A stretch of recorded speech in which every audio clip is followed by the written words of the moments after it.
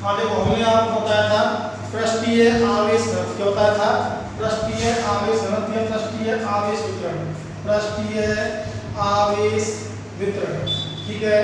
पृष्ठीय आवेश वितरण मैंने आपको बताया था पिछली क्लास में, और मैंने बताया था कि पृष्ठीय आवेश वितरण क्या होता है कि यदि आवेश किसी पृष्ठ पर, ठीक है, किसी वस्तु के पृष्ठ पर एक समान रूप से वितरित है तो उसे क्या कहेंगे, पृष्ठीय आवेश वितरण कहेंगे।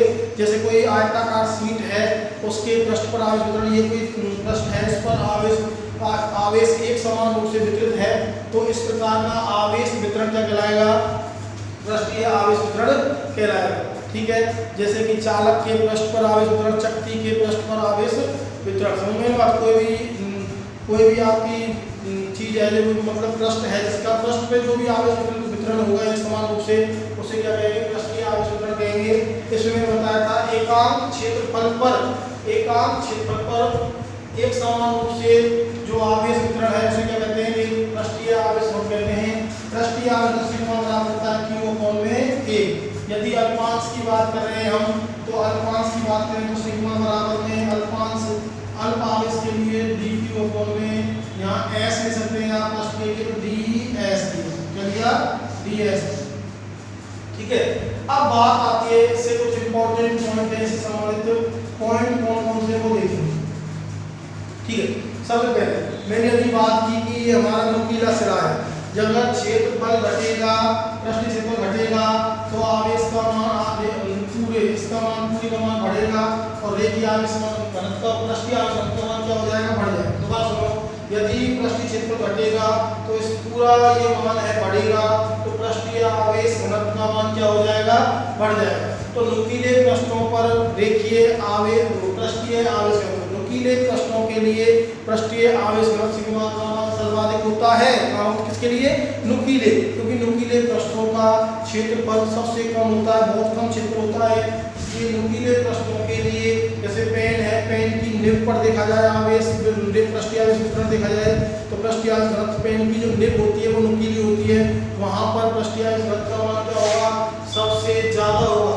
जबकि समतल सतहों के लिए, समतल आकृतियों के लिए पृष्ठीय आवेश जो समतल पृष्ठ हैं उनके लिए पृष्ठीय आवेश घनत्व सिग्मा का मान क्या होता है, कम होता है, ठीक है, न्यूनतम होता है। तो पहला आप इसमें पॉइंट लिखेंगे, नुकीले पृष्ठों के लिए पृष्ठीय आवेश घनत्व, नुकीले पृष्ठों के लिए पृष्ठीय आवेश घनत्व का मान, पृष्ठीय आवेश घनत्व सिग्मा, नुकीले पृष्ठों के लिए पृष्ठीय आवेश घनत्व सिग्मा का मान अधिकतम, जबकि समतल पृष्ठों के लिए, जबकि समतल पृष्ठों के लिए पृष्ठीय आवेश घनत्व सिग्मा का मान न्यूनतम होता है।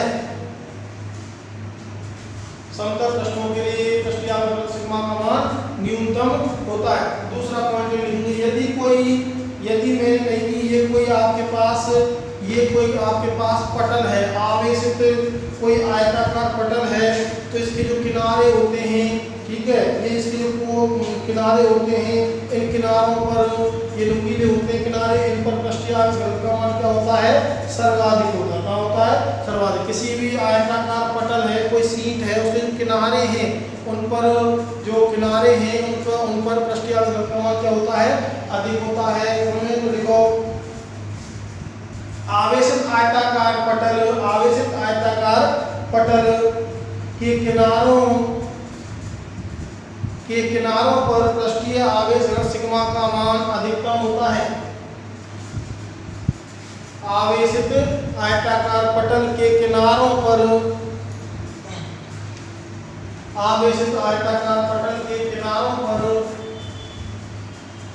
पृष्ठीय आवेश घनत्व सिग्मा का मान अधिकतम होता है, ठीक है, पृष्ठीय आवेश घनत्व सिग्मा का मान अधिकतम होता है। अब बात कर लेते हैं पृष्ठीय आवेश घनत्व के द्वारा के कारण विद्युत क्षेत्र की तीव्रता। तो देखो, पृष्ठीय आवेश वितरण है, डालो आप, मैं लिख देता हूं पृष्ठीय आवेश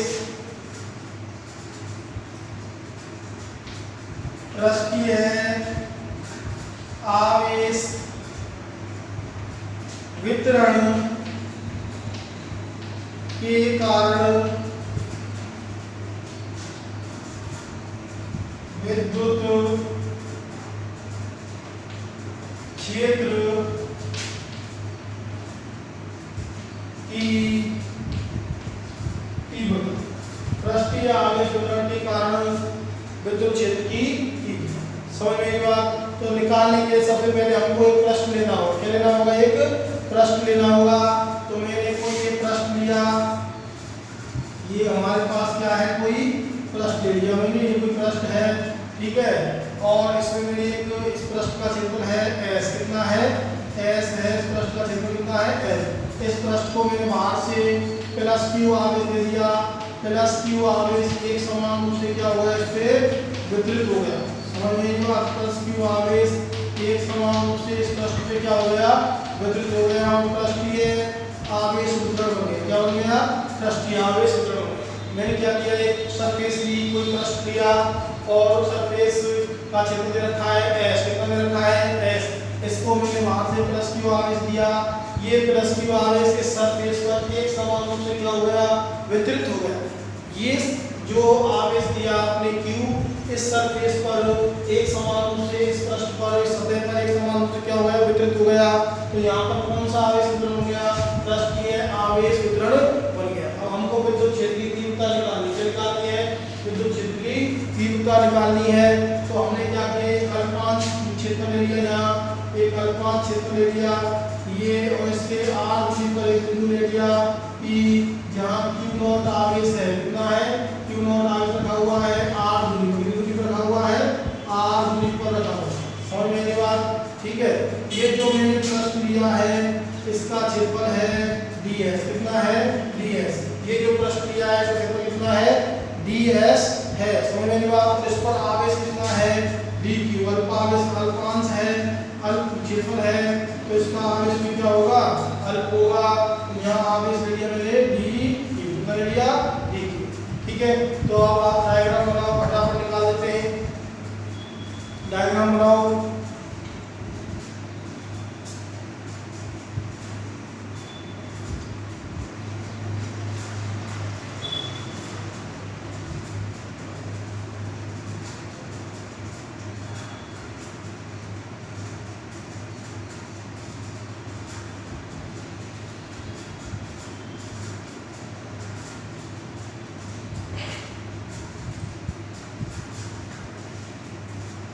सबसे पहले हम क्या करेंगे, देखो सबसे पहले हम dq और q नॉट के मध्य लगने वाला क्या निकालेंगे? बल निकालेंगे। समझ में आई बात? ठीक है। बल निकाल लेंगे, ठीक है, फिर पूरे पृष्ठ के बल निकाल लेंगे। समझ में आई बात? तो मैं लिख देता हूँ यहाँ, देखो dq, यहाँ भी q नॉट लगेगा, मैं लिखता हूँ dq व q नॉट के मध्य लगने वाला बल किसके नियम से निकालेंगे? कूलाम नियम से। किससे निकालेंगे? कूलाम नियम से। जब कूलाम नियम लगाएंगे बल आ जाएगा भैया, अल्पांश के कारण बल कितना होगा? अल्फ df बराबर में k, यहाँ dq और यहाँ q नॉट अपॉन में क्या आ जाएगा? r square. समझ में आई बात? लेकिन आप जानते हैं सिग्मा बराबर अल्फांश के लिए क्या होता है? सिग्मा बराबर में dq अपॉन में ds। क्या होता है? dq अपॉन में ds। यहाँ से dq क्या आ जाएगा? dq sigma ds। समझ में आई बात? ठीक है। इसको समीकरण नंबर 1, इसको समीकरण नंबर डाल देंगे 2। ठीक है। समीकरण 2 से 1 में मान रखने पर समीकरण 2 से 1 में मान रखने, सेम टू सेम वही प्रोसेस है, रखने पर हम dq का मान यहाँ से उठाएंगे और यहाँ रखेंगे समीकरण नंबर 1 में। जब समीकरण नंबर 1 में मान रखेंगे तो आ जाएगा df बराबर में k है अपने पास, इसका मान क्या आ गया? Sigma ds q not upon में r स्क्वायर। ठीक है। संपूर्ण पृष्ठ के कारण निकालेंगे, संपूर्ण पृष्ठ के कारण बल। ठीक है, समाकलन करेंगे इसका, समाकलन किया dx का समाकलन क्या आ जाएगा f बराबर में इसका समाकलन करेंगे तो k बाहर ले लेंगे q नॉट बाहर ले लेंगे तो यहाँ आ जाएगा k बाहर ले लिया q नॉट बाहर ले लिया, उसी की तरह केवल सिग्मा ds अपॉन में आज का समीकरण नंबर दे देंगे इसको 3। समझ में बात, समीकरण 3 तक फटाफट उतारेंगे जल्दी। इसको समीकरण नंबर क्या दे दिया भैया, इसका समाकलन करेंगे ना, समाकलन q नॉट है तो समाकलन करेंगे इसका, तो देखो दिया का समाकलन है k, इसको का समाकलन करेंगे तो k बाहर ले कांस्टेंट है q नॉट बाहर ले सिग्मा और ds भीतर रह लेती है और आज इसका समझ में बात।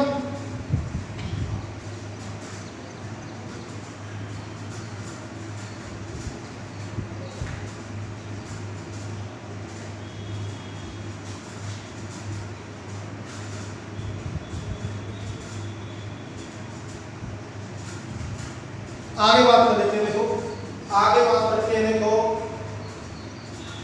आगे विद्युत क्षेत्र की तीव्रता निकालनी है ना, विद्युत क्षेत्र की तीव्रता निकाल देंगे।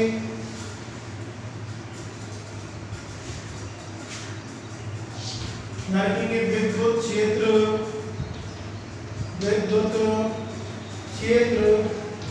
की परिभाषा से, जब विद्युत क्षेत्र की परिभाषा लगाएंगे तो विद्युत क्षेत्र की परिभाषा क्या हो जाएगा, पता है E बराबर में F अपॉन में Q नॉट। ठीक है, E बराबर है अपॉन में Q नॉट, तो यहाँ आ जाएगा E बराबर में F का मान यहाँ से रख लेंगे, यहाँ से रखा कि Q नॉट समाकलन सिग्मा ds अपॉन में r स्क्वायर अपॉन में Q नॉट से Q नॉट कैंसिल, तो E बराबर में आपके पास क्या आ जाएगी 1/4 पाई एप्सिलॉन नॉट और यहाँ सिग्मा ds अपॉन में r स्क्वायर, ये आ जाएगी आपके पास विद्युत क्षेत्र की तीव्रता आ जाएगी पृष्ठीय आवेश वितरण के कारण।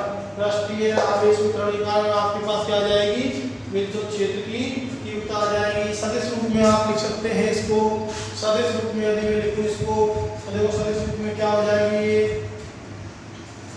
सदिश रूप में क्या हो जाएगी, देखो सदिश रूप में आ जाएगी E वेक्टर बराबर में 1/4 पाई एप्सिलॉन नॉट समाकलन सिग्मा ds अपॉन में r स्क्वायर, और यहाँ का होता रहेगा r के जो दिशा को व्यक्त करता है, किसको व्यक्त करता है, दिशा को व्यक्त करता है। समझ में आई बात।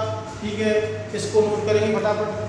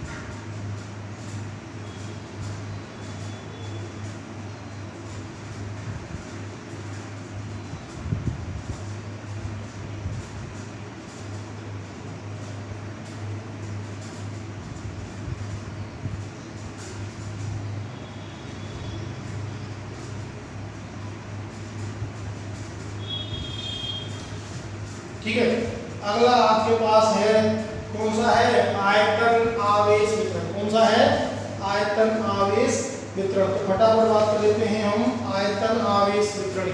समझ में बात। ठीक है, फटाफट बात कर लेते हैं आयतन आवेश वितरण।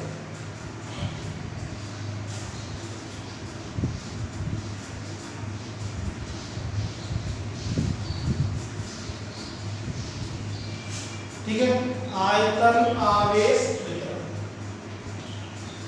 आयतन आवेश वितरण। देखो आयतन आवेश यदि आवेश किसी आयतन में एक समान रूप से फैला हुआ है। आयतन कैसे, किसी घन का आयतन होता है, घनाभ है, ठीक है, घन, घनाभ, गोला, गोले का आयतन होता है। मान लीजिए ये अचानक गोला है, ठीक है, इसके आयतन में और एक समान रूप से क्या है, प्रश्न आयतन में एक समान रूप से इसकी त्रिज्या कैपिटल आर है, इसकी त्रिज्या कितनी है, कैपिटल आर है, इसको क्यू आवेश दिया, ठीक है, और इसके आयतन में फैल गया। कहाँ फैल गया, वो आयतन में फैल गया। समझ में की बात, ठीक है। तो आवेश जब किसी आयतन में एक समान रूप से फैला हुआ हो तो उसे क्या कहते हैं, आयतन आवेश वितरण कहते हैं। समझ में क्या कहते हैं, आयतन आवेश वितरण कहते हैं। समझ में की बात, ठीक है। तो देखो इसमें जब आवेश किसी आयतन में एक समान रूप से वितरित होता है, जब आवेश किसी आयतन में एक समान रूप से वितरित होता है,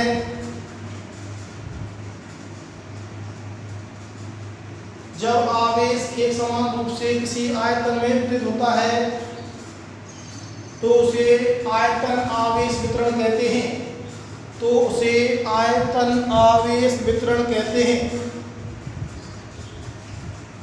उसे आयतन आवेश वितरण कहते हैं। जैसे किसी घन के आयतन में वितरित आवेश, जैसे किसी घन के आयतन में वितरित आवेश, जैसे किसी घन के आयतन में वितरित आवेश, ठीक है, घन के आयतन में वितरित आवेश। अच्छा, इसी में बात कर लेते हैं आयतन आवेश घनत्व, आयतन आवेश घनत्व। अब तुम परिभाषा पत्र की होगी, इसे व्यक्त करते हैं, वो से व्यक्त करते हैं, दो से एकांक आयतन में उपस्थित आवेश को क्या कहते हैं, एकांक आयतन में उपस्थित आवेश को आयतन आवेश घनत्व कहते हैं। इसे रो से व्यक्त करते हैं, किसे व्यक्त करते हैं, रो से। तो फटाफट लिखेंगे आयतन आवेश घनत्व का परिभाषा लिखेंगे, एकांक आयतन में उपस्थित आवेश को, एकांक आयतन में उपस्थित आवेश को, एकांक आयतन में उपस्थित आवेश को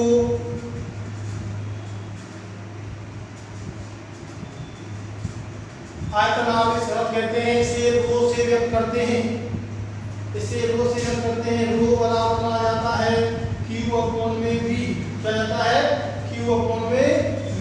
समझ में नहीं बात, क्यू अपॉन में v। मात्रक निकालेंगे, समीकरण नंबर 1 मात्रक निकालेंगे, इसका मात्रक क्या होगा, इसका मात्रक होगा कूलाम, कूलाम c बटे में मीटर क्यूब, मतलब क्या हो जाएगा, कूलाम बटे में मीटर क्यूब। विभव क्या हो जाएगी, विभव निकालेंगे आप, विभव जानते हैं आप, क्या हो जाएगी, m0 n की घात -3 a की घात t की घात 1 और a की घात 1, ये इसकी विभव हो जाएगी।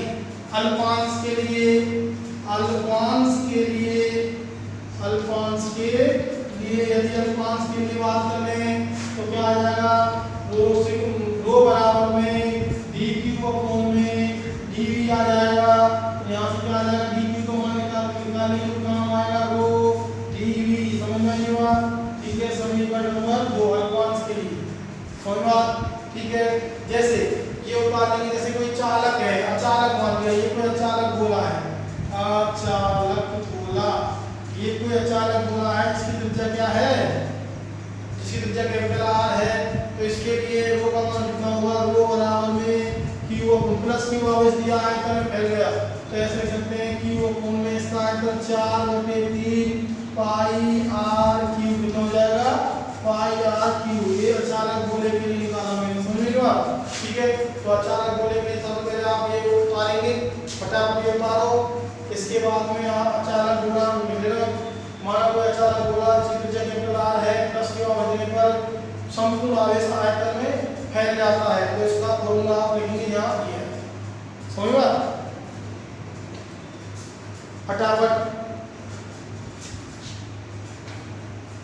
फटाफट करो भैया, उतारो इसको।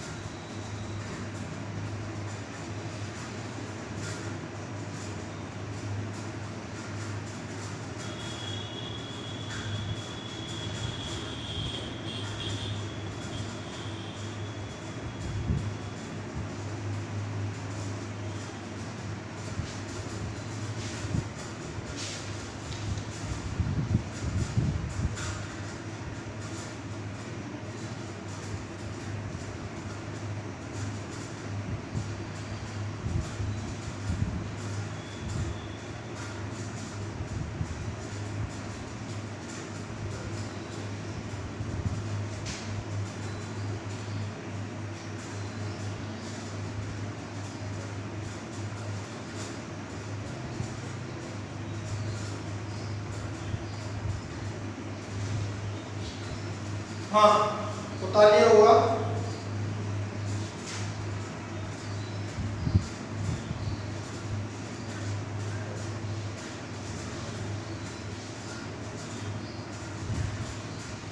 अब वही क्या निकालेंगे, विद्युत क्षेत्र की तीव्रता निकालेंगे। इसके लिए आयतन आवेश वितरण के लिए, इसलिए निकालेंगे आयतन आवेश वितरण के लिए। तो आयतन आवेश वितरण के लिए विद्युत क्षेत्र की तीव्रता, विद्युत क्षेत्र की तीव्रता अभी निकाल लेते हैं तीव्रता। ठीक है, जब हम तीव्रता निकालते हैं तो पहले हमको कोई आयतन होना चाहिए हमारे पास। तो मैंने एक घन ले लिया, ये घन ले लिया, मैंने एक घनाकार आकृति ली।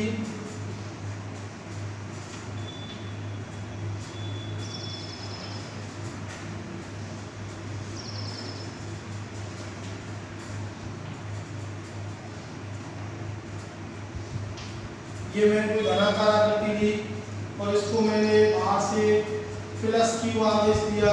तो संपूर्ण आवेश इसके आयतन में एक समान रूप से क्या हो जाता है, फैल जाता है। समझ में आई बात? ठीक है, मान लिया कि इसका जो आयतन है वो कितना है, v है। कितना आयतन है, v।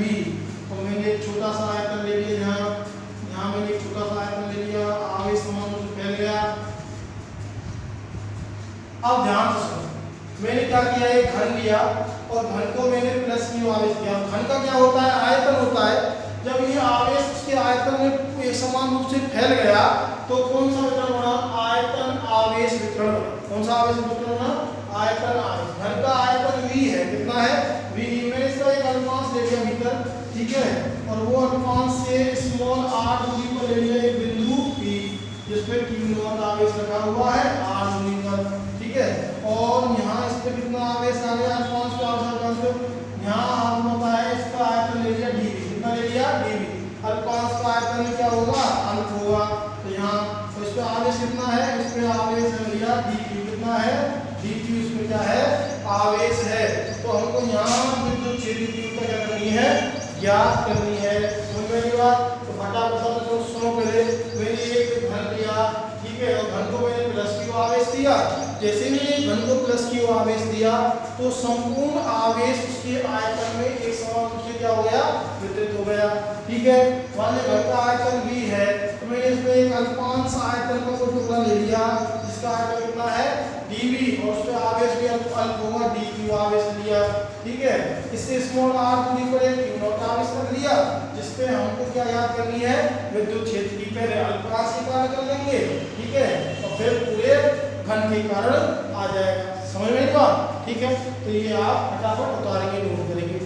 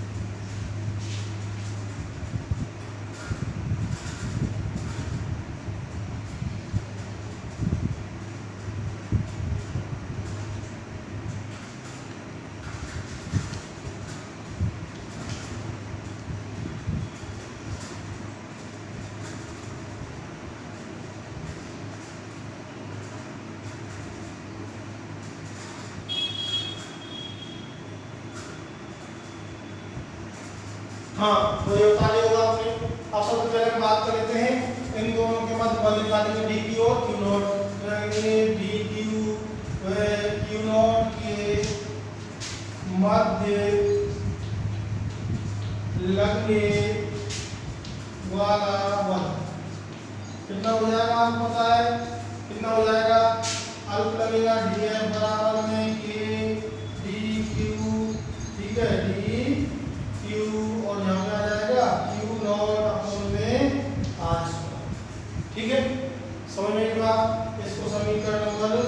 2 दे देंगे, 1 दे देंगे इस समीकरण नंबर।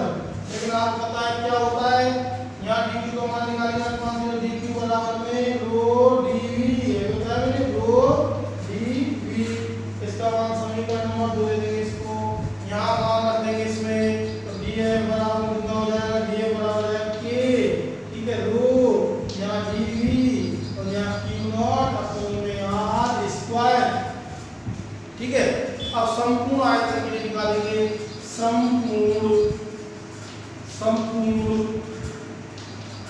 आयतन के लिए, संपूर्ण आयतन के लिए बल कैसे निकालेंगे, समाकलन करेंगे बेटा। df का समाकलन क्या आता है, df का समाकलन आ जाता है f, तो df का समाकलन आ जाएगा f।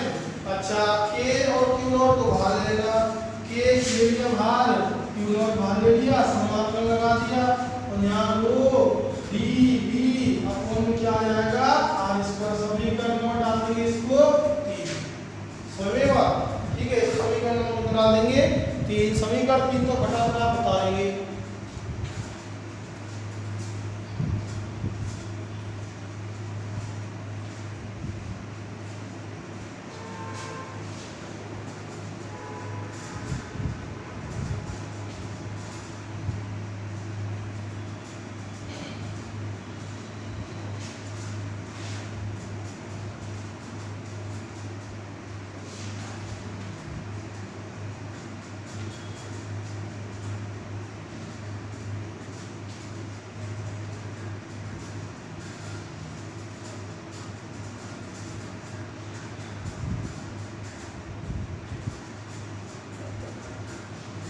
हाँ तो देखो आगे हम बात कर लेते हैं।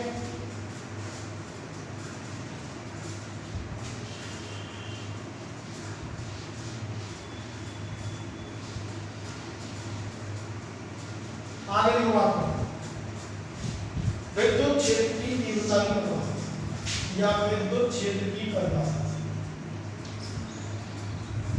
विद्युत क्षेत्र की परिभाषा से E बराबर में F अपॉन में Q नॉट, मान रखा गया F का, तो E बराबर में इसका मान रखा K Q नॉट, ठीक है। यहाँ इसका मान रख देंगे सिग्मा, ठीक है, सिग्मा रो dV अपॉन में R स्क्वायर अपॉन में Q नॉट से Q नॉट कट जाएगा, तो E बराबर कितना आ जाएगा, E बराबर आ जाएगा 1/4 में 4 पाई एप्सिलॉन नॉट, K का मान रख दिया, यहाँ आ जाएगा रो dV अपॉन में क्या आ जाएगा R, ठीक है। ये ठीक है, ये आपके पास आ जाएगा। सदिश रूप में लेंगे आप, सदिश रूप में क्या हो जाएगा, E वेक्टर बराबर में 1 अपॉन में 4 पाई एप्सिलॉन नॉट और यहाँ ये रो dV अपॉन R स्क्वायर और यहाँ क्या आ जाएगा R के, ये आ जाएगा बताओ सदिश रूप में, इस रूप में आ जाएगा सदिश रूप। ये आप फटाफट नोट करेंगे।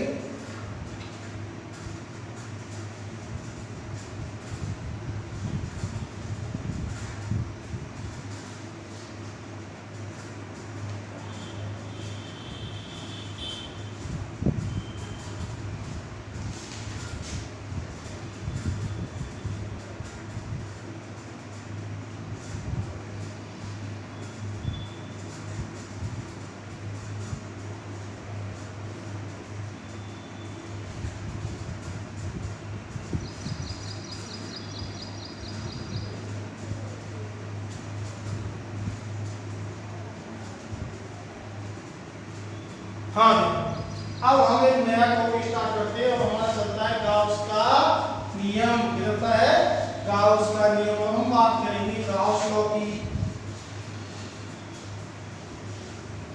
अब हमारे जो पाठ का नाम है ना गाउस का नियम, उसकी बात करेंगे। गाउस का नियम क्या होता है।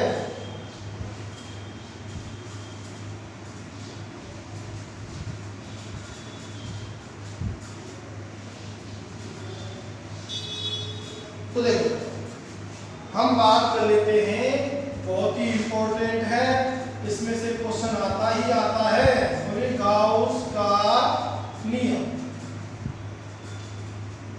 ठीक है,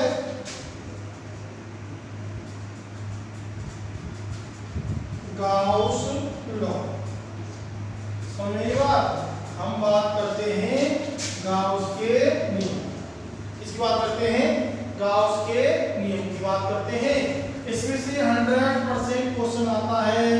ठीक है यार, इसका क्या तो 4 नंबर का क्वेश्चन आता है। गाउस के नियम की जो एप्लीकेशन है, गाउस के नियम के एप्लीकेशन का एक बड़ा 4 नंबर क्वेश्चन आता है। 28, 29 नंबर, 30 नंबर पे आता है क्वेश्चन में। 30 क्वेश्चन आते हैं ना, 28, 29, 30 नंबर में कोई भी गाउस के बड़ा अनुप्रयोग पूछ लेता है, एप्लीकेशन पूछ लेता है। या फिर 1 नंबर क्वेश्चन तो आ ही जाता है, गाउस का नियम किसे कहते हैं, गाउस के नियम को कथन लिखिए, गाउस के नियम का बीजगणितीय गणितीय रूप लिखिए। समझ में बात? तो इससे बहुत सारे क्वेश्चन इससे बनते हैं। समझ बात?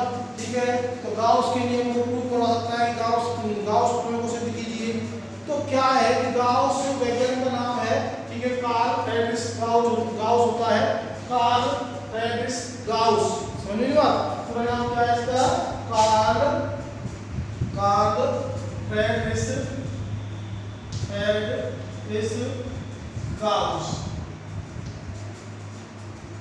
तो गाउस ने क्या बताया है कि गाउस ने बताओ विद्युत फ्लक्स और किसी पृष्ठ पर उपस्थित आवेश, किसी पृष्ठ के विद्युत फ्लक्स, ध्यान रखना, किसी पृष्ठ के विद्युत फ्लक्स और उस पृष्ठ पर उपस्थित आवेश के मध्य में संबंध बताया है। क्या बताया है? संबंध बताया है। ध्यान सुनो, गाउस ने कथन बताऊंगा आपको भी। गाउस ने क्या बताया है, किसी भी पृष्ठ के से गुजरने वाले फ्लक्स और उस पर आवेश में क्या होता है, रिलेशन बताया है कि किसी भी पृष्ठ से निर्गत फ्लक्स और उस पर उपस्थित आवेश में क्या क्या रिलेशन होता है। समझ में बात? ठीक है, तो गाउस ने क्या बताया कि कोई भी पृष्ठ है, ठीक है, कोई भी बंद पृष्ठ है, कैसा बंद, ध्यान रखना हमेशा गाउस का नियम बंद पृष्ठ के लिए आता है। कैसे पृष्ठ के लिए आता है? क्लोज सरफेस के लिए आता है, बंद पृष्ठ के लिए। देखो ये बंद पृष्ठ है, समझ में नहीं बात? ठीक है, दोनों प्रकार से बंद कर दिया, तो ये पृष्ठ कैसा बनेगा? बंद पृष्ठ बनेगा। कैसा बन गया? बंद पृष्ठ बन गया। ये कैसा पृष्ठ बनेगा? बंद पृष्ठ। ठीक है, चारों ओर से कवर्ड हो, समझ में नहीं बात? चारों ओर से क्या हो? कवर्ड हो, तो ये कैसा पृष्ठ बन जाएगा? ये बंद पृष्ठ बन जाएगा। क्या बन जाएगा? बंद पृष्ठ। ध्यान सुनो, बंद पृष्ठ क्या होता है? चारों ओर से कवर्ड हो से क्या कहते हैं? बंद पृष्ठ बन जाएगा। ठीक है, तो ये जो नियम है ये किसके लिए है? बंद पृष्ठ के लिए है। तो गाउस ने बताया किसी बंद एवं काल्पनिक पृष्ठ, ठीक है, किसी बंद एवं काल्पनिक पृष्ठ से निर्गत कुल फ्लक्स, ध्यान रखना, समझिएगा, ठीक है, ध्यान से सुनना। ये क्या कह रहा है कि ये कोई बंद फ्लक्स, ये कोई बंद पृष्ठ है, ये क्या है? एक क्लोज सरफेस है। क्या है? Close surface. सबसे पहली बात कि गाउस का नियम कैसी सरफेस के लिए है? क्लोज के लिए। कैसी के लिए है? ये अपने दिमाग में आप बैठाओ, ठीक है, बिल्कुल आपके दिमाग में ये चीज होनी चाहिए कि गाउस का नियम कैसी सरफेस के लिए लगेगा? क्लोज सरफेस के लिए लगेगा, क्लोज पृष्ठ के लिए लगेगा, बंद पृष्ठ के लिए लगेगा। तो गाउस ने क्या बताया है कि ये कोई क्लोज सरफेस है और इसमें बहुत सारी कोई बंद सतह है। क्या है? बंद पृष्ठ है। मैं इसको कह सकता हूँ बंद पृष्ठ। कैसे कह सकता हूँ? बंद पृष्ठ। तो गाउस क्या कहता है? अब इसमें कोई बंद पृष्ठ है, वो विद्युत क्षेत्र में रखा हुआ है। कहाँ रखा हुआ है? विद्युत क्षेत्र में रखा हुआ है, ठीक है, और इस पे आवेश Q है। कितना है? आवेश Q है, ठीक है, आवेश Q है और बंद पृष्ठ है। तो इससे निकलने वाला, इससे निर्गत कुल फ्लक्स, तो मैं इससे निर्गत कुल फ्लक्स की बात करूं तो फाई, ठीक है, इससे निर्गत कुल फ्लक्स की बात करूं तो फाई है, ठीक है। तो इससे निर्गत कुल फ्लक्स, ध्यान सुनना, गाउस ने बताया किसी बंद एवं काल्पनिक लिया था, इमेजिनरी कोई पृष्ठ है, ठीक है, हमने मान लिया, उसने माना था कि एक बंद पृष्ठ है, कोई पृष्ठ हो सकता है, बेलनाकार हो सकता है, ठीक है, गोलाकार हो सकता है, कैसा भी पृष्ठ हम ले सकते हैं, वो बात बताएंगे। तो कथन सुनो, कथन क्या होता है? गाउस के नियम के अनुसार किसी बंद एवं काल्पनिक पृष्ठ से निकलने वाला, गुजरने वाला निर्गत कुल फ्लक्स फाई उस पृष्ठ पर उपस्थित कुल आवेश माने समेशन Q, भाई बहुत सारे आवेश हुए Q1 Q2 Q3 सारे, तो सब क्या कर देंगे, समेशन कर देंगे, योग कर देंगे। तो उस पृष्ठ पर उपस्थित कुल आवेश और निर्वात या वायु की विद्युतशीलता के अनुपात के बराबर होता है। समझ में बात? क्या बताया था गाउस ने बताया था, किसी क्लोज सरफेस, किसी बंद और काल्पनिक पृष्ठ से निर्गत फ्लक्स उस पृष्ठ पर उपस्थित कुल आवेश एवं वायु या निर्वात की विद्युतशीलता के अनुपात के बराबर होता है। समझ में नहीं बात? ठीक है, आपको समझ में समेशन क्यों लगाया? मैंने तो यहाँ Q आवेश लिया है, बहुत सारे जैसे आवेश हुए, Q1 हुआ, Q2 हुआ, Q3 हुआ, तो सब क्या कर देंगे यहाँ योग करेंगे। इसलिए क्या लगाया मैंने, समेशन लगाया है। तो यह सबसे पहली बात तो गाउस के नियम का कथन क्या होता है वो आपको मैं बता देता हूँ। गाउस के नियम का कथन क्या होता है? गाउस का नियम क्या कहता है, किसी बंद एवं काल्पनिक निकाय या पृष्ठ से निर्गत कुल फ्लक्स, किसी बंद और काल्पनिक पृष्ठ या निकाय से निर्गत कुल फ्लक्स उस निकाय पर उपस्थित कुल आवेश एवं निर्वात या वायु की विद्युतशीलता एप्सिलॉन नॉट के अनुपात के बराबर होता है। इसे क्या कहते हैं? गाउस का नियम कहते हैं। और कथन के लिए बात करें तो कुल फ्लक्स I बराबर होगा उस पृष्ठ पर उपस्थित कुल आवेश Q और निर्वात या वायु की क्या है ये विद्युतशीलता।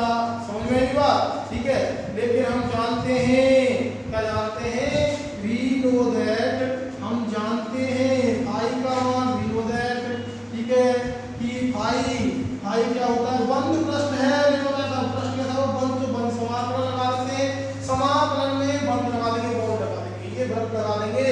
तो इसका मान कितना होता है, E वेक्टर डॉट में ds वेक्टर। समझ में नहीं बात? ठीक है, इसको समीकरण नंबर 1 दे दिया, इसको समीकरण नंबर दे दिया 2। समीकरण 1 और 2 से जब हम बात करें तो हमारे पास क्या आ जाएगा, समीकरण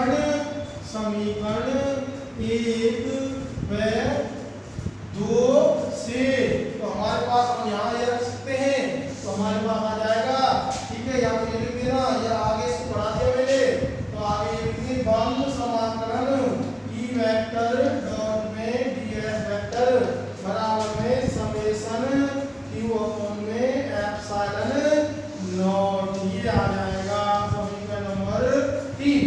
ठीक है, तो सबसे पहले हम क्या लिखेंगे, इसका कथन लिखेंगे, फिर क्या करेंगे, इसको नोट करेंगे। ठीक है, तो लिखो, गाउस के नियम के अनुसार किसी बंद काल्पनिक निकाय या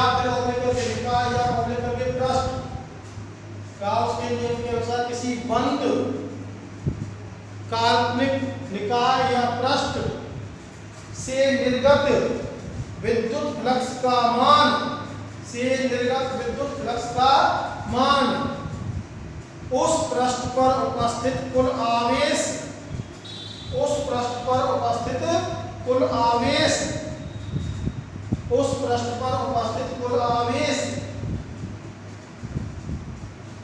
एवं वायु ऑब्लिक निर्वात की विद्युतशीलता के अनुपात